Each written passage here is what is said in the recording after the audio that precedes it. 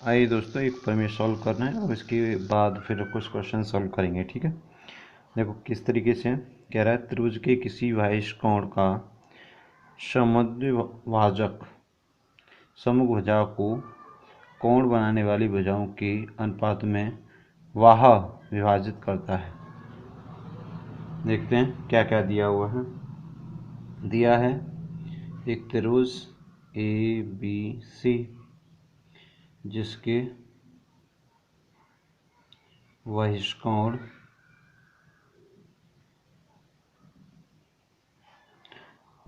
देखो, जो बाह्य वाला कोण होता है के ए सी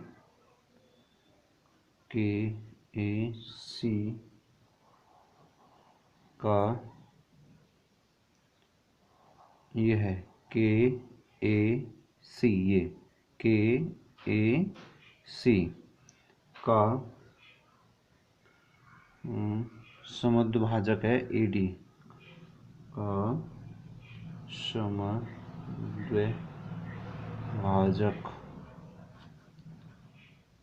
AD जो है, ठीक है, KAC का समद्विभाजक AD।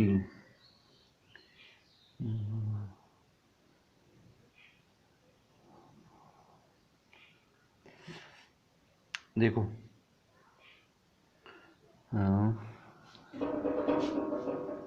ये AD कहाँ से आया, ये भी मैं लिख देता हूँ। AD जो है यहाँ लिख देता हूँ नीलन से। AD बढ़ी हुई भुजा BC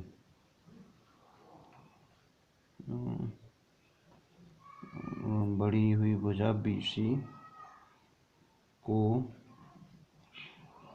D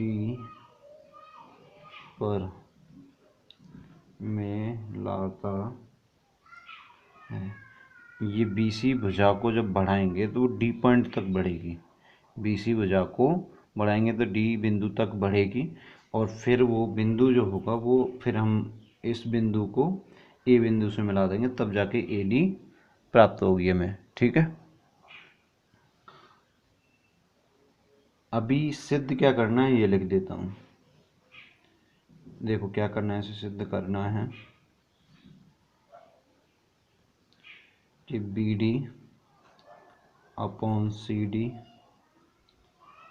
AB upon AC।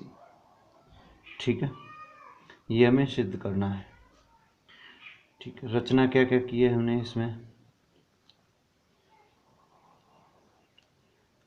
हमने रचना की है C, ये C बिंदु है, C से DA के समांतर, C से DA के समांतर एक रेखा तर रेखा EC खींची। ठीक है, जो EC जो है खींची है, जो भुजा BA को, जो कहाँ क्या का EC इसमें और कुछ हो रहा है, जो भुजा B या AB को E बिंदु पर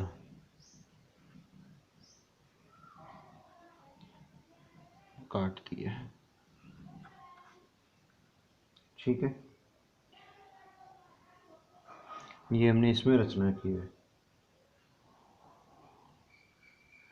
अब इसकी उपपत्ति देख लेते हैं या प्रमाण, एक ही बात है दोनों। इसमें हमने दिया क्या था वो लिख लिया, सिद्ध क्या करना है वो लिख लिया। हमने इसमें एक त्रिभुज ABC जो था उसमें क्या क्या किया है वो भी लिख दिया। ठीक है, क्या क्या रचना किया है। अब इसको सॉल्व जैसे होगा, इसका प्रमाण ये कह रहा है कि ये इसका मतलब BD अपॉन CD बराबर AB अपॉन AC होगा, तो इस बात का प्रमाण कर रहे हैं।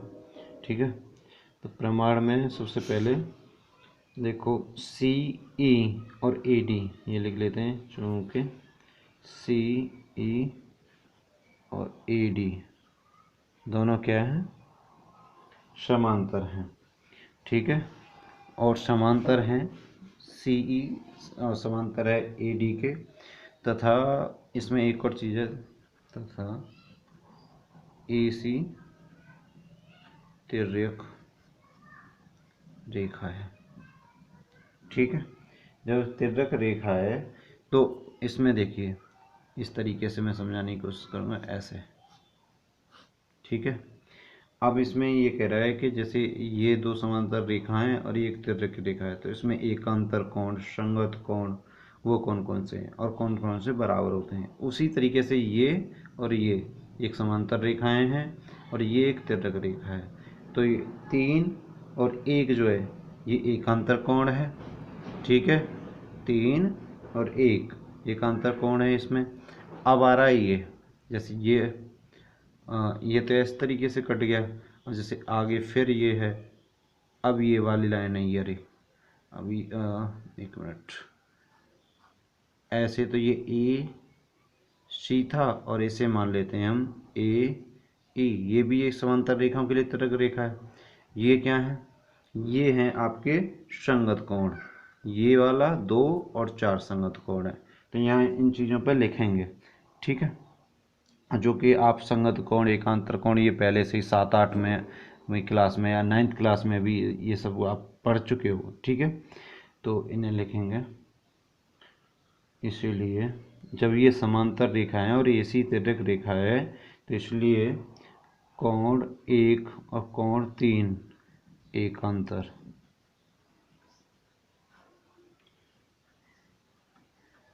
कोण है, और कोण 2 और कोण 4 संगत कोण है। इन्हें लिखो या न लिखो, लेकिन मेरा काम, मैं तुम्हें समझा रहा हूँ, अच्छे से समझाने की कोशिश कर रहा हूँ, इस वजह से इन्हें लिख भी रहा हूँ, क्योंकि आप ये समझ पाएँ कि ये किस तरीके से एकांतर है, किस तरीके से संगत है, क्या संगत होते हैं, क्या एकांतर होते हैं, ठीक है। अब आगे क्या करना है हमें। अब ये कह रहा, देखिए 1 और 3 बराबर हैं और 2 और 4 बराबर हैं। अब क्या है, दिया हुआ क्या है, दिया तो चूंकि दिया है कोण 1 बराबर कोण 2, कैसे, क्योंकि कह रहा है ना कि ये ABC एक त्रिभुज है और बहिष्कोण जो है, बाह्य कोण जो है KAC है, तो ये जो 1 और 2 हैं, AD क्या है, समद्विभाजक है, यानी कि एक कोण को AD समद्विभाजक कर रहा है। समद्विभाजक का मतलब है दो कोणों, मतलब एक कोण को दो बराबर बराबर भागों में बांटना, ठीक है। तो इसका मतलब ये हुआ कि कोण AB इतना है, कोण मतलब कोण 1 और कोण 2 दोनों बराबर हैं, तब ये समद्विभाजक है, ये हमें दिया हुआ है, ठीक है। जब 1 और 2 बराबर हैं तो इसलिए 3 और 4 भी बराबर, ठीक है, 3 और 4 भी बराबर हैं। अब देखते हैं AC ये वाला ACE में, ACE में क्या है, अभी की निकल के आया कि 3 और 4 क्या हैं, बराबर हैं। कैसे निकल के आया कि 1 और 2 बराबर हैं, जब 1 और 2 बराबर हैं तो 3 और 4 भी बराबर होने चाहिए, ठीक है। जब 3 और 4 बराबर हैं, ऐसे लिख देता हूँ, जो 3 और 4 बराबर हैं तो भुजा EC और भुजा AE भी बराबर होंगी, यहाँ लिख दे, इसीलिए AE और AC भी बराबर होंगे। कैसे, वैसे मैंने यहाँ लिख दिया है, और लिखना चाहो इस तरीके से त्रिभुज में ACE बराबर होंगे AEC के, जब ये दोनों कोण बराबर हैं तो दो भुजाएं बराबर होंगी, ठीक है।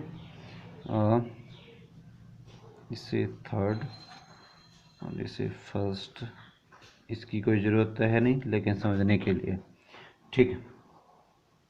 आगे अभी हम समझ के आ रहे हैं कि हमें लेके आना है, ये अभी निकल के आ रहा है, बस भुजा के बारे में हम जान पाए कि ये भुजाएं बराबर हैं कि नहीं, लेकिन आगे करना क्या है। अपने देखो इस त्रिभुज में ले लिया, अब BAD में, BAD पूरा त्रिभुज ले लेते हैं, त्रिभुज BAD में भुजाओं,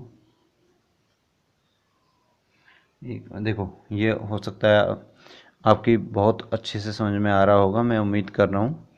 ठीक है, ऐसे लिखेंगे BAD में भुजाओं, भुजाओं BA और BD पर, BA और BD पर दो बिंदु हैं, कौन कौन से बिंदु? BA पे क्या है? E बिंदु, और BD पे क्या है? C बिंदु। ठीक है, C बिंदु किस प्रकार हैं? इस प्रकार हैं कि EC समांतर है AD के, इस प्रकार है। जब EC AD के समांतर है तो हम क्या करेंगे? BE, ऐसे करते हैं, BA हमें लेके आना है ना, ये BA या EB इस तरीके से लेके आना है, तो BA अपॉन AE लेके आना है। AE कहाँ से आएगा? AE ये रहा, और EC लेके आना है, और EC चल करते हैं, बराबर BD upon CD, BD upon CD ये लेके आना है, BD upon CD, BA upon AE, BA तो है, EA किसके बराबर है? EC के। ठीक है, आइए करते हैं, ये क्या है? आधार, ये बन के आ रहा है आधारभूत समानुपातिकता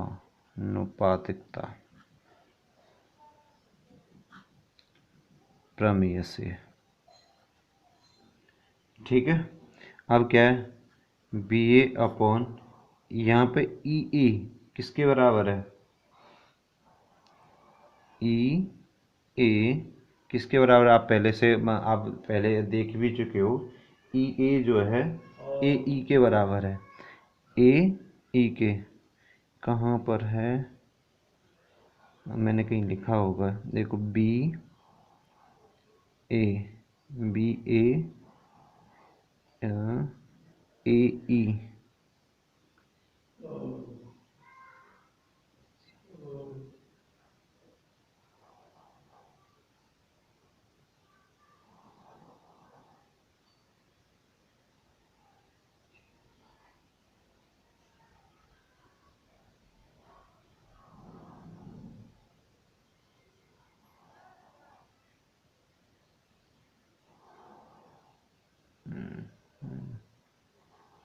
देखो ये 3 ये रहा और 4 ये रहा, तो इसके सामने की ये भुजा है और इसके सामने की ये भुजा है, AE और AC। ये गलत कर दिया हमने, यहाँ पर AC है, क्योंकि इस त्रिभुज इस कोण के बराबर की भुजा AE और इस कोण के बराबर सामने की भुजा AC है, तो ये बराबर है, तो AE बराबर हो जाएगा यहाँ AC बराबर BD बटे CD। ठीक है, अभी हमने BD upon CD, BA upon AC यही सिद्ध करवा रहा है और यही हमने सिद्ध करके दिखाया है। ठीक है, उम्मीद करता हूँ ये आपकी समझ में बेहतरीन तरीके से आया होगा।